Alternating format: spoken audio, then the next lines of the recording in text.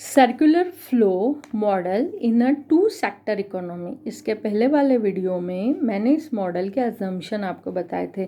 आपको पता है इकोनॉमिक्स में कुछ भी समझने के लिए, या 11th में आपको ध्यान है हमने बहुत सारे लॉ समझे थे। लॉ को जितने भी लॉ समझे थे उनको समझने के पहले हमने कुछ अजम्पशंस लिए थे। इकोनॉमिक्स में अजम्पशन लेना ही पड़ते हैं, नहीं तो हम समझ नहीं पाते हैं उन चीज़ों को, है ना। तो मैंने अभी सारे अजम्पशन इसके पहले वाले वीडियो में आपको एक्सप्लेन कर दिए थे। शॉर्ट में फटाफट मैं एक्सप्लेन कर रही हूँ। इसमें सिर्फ दो ही सेक्टर होते हैं, प्रोड्यूसर सेक्टर और हाउस होल्ड सेक्टर। ध्यान से सुनो। First assumption, second assumption, house hold sector अपनी सारी इनकम को एक्सपेंड कर देता है, कोई सेविंग नहीं करता है। थर्ड अजम्पशन, ये क्लोज इकोनॉमी के टू सेक्टर्स के लिए में ही होता है। क्लोज इकोनॉमी मतलब यहाँ पर इंपोर्ट एक्सपोर्ट नहीं है, और टू सेक्टर है मतलब household sector, producer sector है मतलब गवर्नमेंट सेक्टर नहीं है। क्योंकि क्लोज इकोनॉमी में तीन सेक्टर होते हैं, house hold sector, producer sector, government sector, है ना। और ओपन इकोनॉमी क्या होती है, यहाँ पर मैं बस एक्सप्लेन कर देती हूँ। ओपन इकोनॉमी है जहाँ पर कि चार सेक्टर होते हैं, फोर सेक्टर्स, उसमें रेस्ट ऑफ द वर्ल्ड भी आ जाते हैं। फोर सेक्टर्स ऑफ इकोनॉमी मैंने आपको एक्सप्लेन करा था, है ना। तो क्लोज इकोनॉमी का दो सेक्टर में ही ये यहाँ पर अपने को समझना है, ठीक है। अब ये मॉडल आप अच्छे से समझो, है ना। Circular flow model in two sector economy.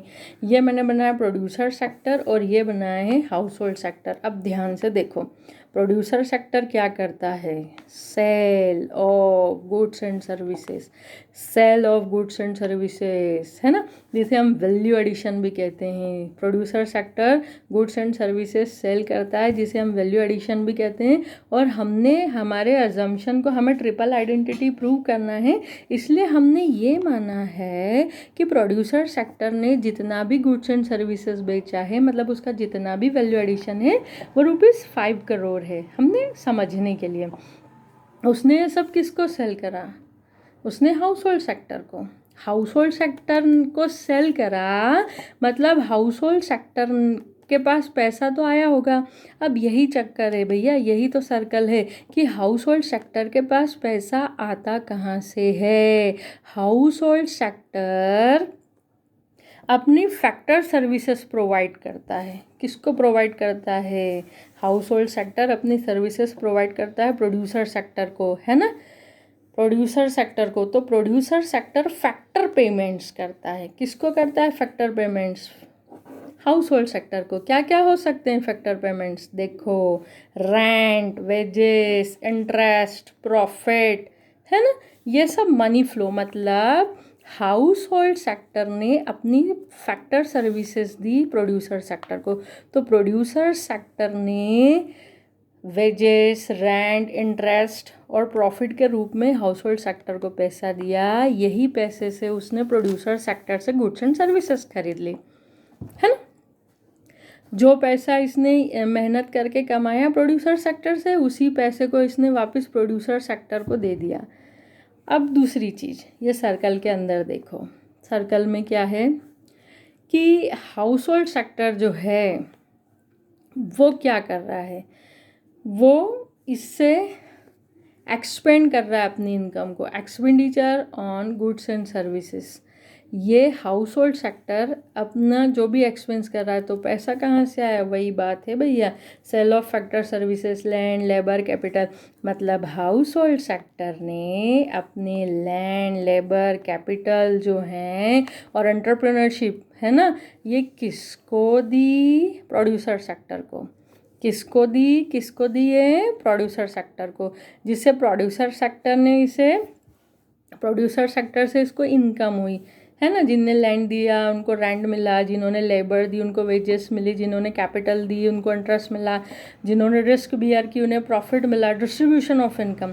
तो इन्हें जो हाउस होल्ड सेक्टर को जो इनकम हुई है, उस इनकम से उसने प्रोड्यूसर सेक्टर से वो सारी उस पर एक्सपेंड कर दी है, एक्सपेंड, है ना, expenditure on goods and services. तो यहाँ जो हमने अजम्पशन लिया है कि हाउस होल्ड सेक्टर को जितनी अर्निंग होती है वो पूरी स्पेंड कर देता है। तो कोई भी इंसान जब सेविंग नहीं करता है तो क्या करता है, एक्सपेंडिचर करता है। मतलब जितनी इनकम हुई है पूरी एक्सपेंड कर दी, सेविंग की नहीं है। तो कोई भी इकोनॉमी में कोई भी एक्सपेंड करेगा तो वो किस पर करेगा, गुड्स एंड सर्विसेज पे। या तो उसने गुड्स खरीदा है या सर्विसेज ली हैं, है ना। तो उसने सारी इनकम गुड्स एंड सर्विसेज पे एक्सपेंड कर दी है ना। और इसने क्या करा है, इसने प्रोड्यूसर सेक्टर ने हाउस होल्ड सेक्टर को जितना भी है हाउस होल्ड सेक्टर को प्रोड्यूसर सेक्टर से फैक्टर इनकम हुई है ना। इस तरह के घूम फिर के वही की वही बात है। फाइनल डिसीजन क्या निकलता है, सुनो ध्यान से। इसका फाइनल डिसीजन जो है, इसके ऑब्जर्वेशन देखो। यदि ऑब्जर्वेशन देखोगे तो फर्स्ट ऑब्जर्वेशन सुनना ध्यान से, फैक्टर पेमेंट बाय फर्म। सुनना ध्यान से, फर्म ने जितने भी फैक्टर पेमेंट किए हैं, बार बार वही बातें आती है। फैक्टर पेमेंट्स मतलब जिससे उन्होंने लैंड लिए उसको रेंट दिया होगा, जिससे कैपिटल ली उसको इंटरेस्ट दिया होगा, जिससे लेबर है उसको वेजेस दी होगी, और जो एंटरप्रेन्योर है उसको प्रॉफिट दिया होगा। तो ये सब किसके इक्वल है, value addition. Value addition means अभी मैंने समझाया था प्रोडक्शन, पर प्रोडक्शन को हम रुपीज़ में कन्वर्ट कर दे तो फैक्टर पेमेंट्स भी रुपीज़ में है और वैल्यू एडिशन भी रुपीज़ में, जो मैंने मॉडल में समझाया था, है ना। एक बार फिर से देख लो अभी जो मैंने मॉडल में एक्सप्लेन करा था, है ना। जितनी भी ये सबको मैंने 5 करोड़ 5 करोड़ 5 करोड़ एक्सप्लेन करा। सबकी अमाउंट जो है 5 करोड़ ली है कि sale of goods and services जितनी भी है वो हम किसके इक्वल मान रहे हैं, वैल्यू एडिशन के। देखो जितने भी सेल गुड्स एंड सर्विसेज है वो वैल्यू एडिशन है, वो किसकी कितने इक्वल है, 5 करोड़ रुपीज़ के।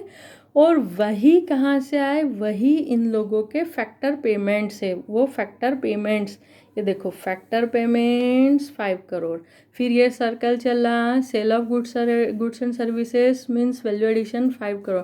तो हमारा जो फर्स्ट ऑब्जर्वेशन है वो क्या कह रहा है, यही तो कह रहा है कि फैक्टर पेमेंट्स बाय फर्म और वैल्यू एडिशन सब सेम है, इक्वल है, 5 करोड़।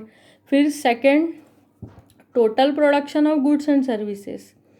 फर्म ने जितना भी, अभी मॉडल में देखना आप लोग बना के मन से, total production of goods and services by firm is equal to total product expenditure on goods and services by the household sector. ये बात अब आपको समझ में आ गई होगी कि गुड्स एंड सर्विसेज का जितना भी प्रोडक्शन हुआ है और ये किसके इक्वल है, क्योंकि हाउस होल्ड सेक्टर ने सारा एक्सपेंडिचर करा है गुड्स एंड सर्विसेज के, ये दोनों इक्वल है। और ये भी हम लोगों ने 5 करोड़ ही अज्यूम करा है ना।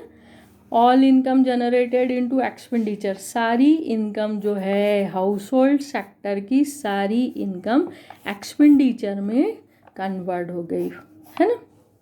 पहले वाले अजम्पशन में क्या हुआ था, सारा वैल्यू एडिशन काय में कन्वर्ट हुआ था, फैक्टर इनकम में। जितना भी वैल्यू एडिशन था वो फैक्टर इनकम में कन्वर्ट हो गया, और सेकेंड एजम्पशन में जितनी भी इनकम थी वो एक्सपेंडिचर में। मतलब ऐसा एक चक्र चलता जाएगा कि वैल्यू एडिशन कन्वर्ट हुआ इनकम में, इनकम जनरेटेड में, और इनकम जनरेटेड कन्वर्ट हुई expenditure on goods and services में, है ना।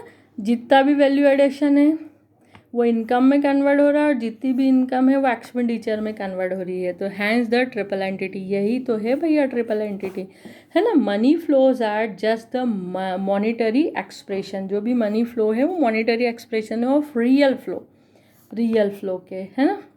In short we can observe from the circular flow model that value added is converted into income and income is converted into expenditure। 1 mark के लायक यदि आए कि भाई क्या ऑब्जर्वेशन कहता है money flow circular flow model का, है ना, तो आप क्या कह सकते हो, value added is converted into income and income is converted into expenditure. ज़्यादा डिटेल में लिखना हो क्या लिख सकते हो, value addition is equals to income generated is equals to expenditure on goods and services. ठीक है, अब फटाफट 1 मिनट में ख़त्म। क्या सिग्निफिकेंस है सर्कुलर फ्लो मॉडल के, significance of circular flow model. First, estimation of national income, and second, knowledge of intersectoral interdependence, है ना। ये क्या काम आता है आपका, जो है सर्कुलर फ्लो मॉडल क्या काम आता है, तो नेशनल इनकम के एस्टिमेशन में इसका इम्पोर्टेंस है और एक सेक्टर दूसरे सेक्टर पर कितना डिपेंड है वो समझने के काम में आता है ना। बाकी नेशनल इनकम हम डिटेल में समझेंगे ही और ये हम समझ चुके हैं पहले ही। ओके।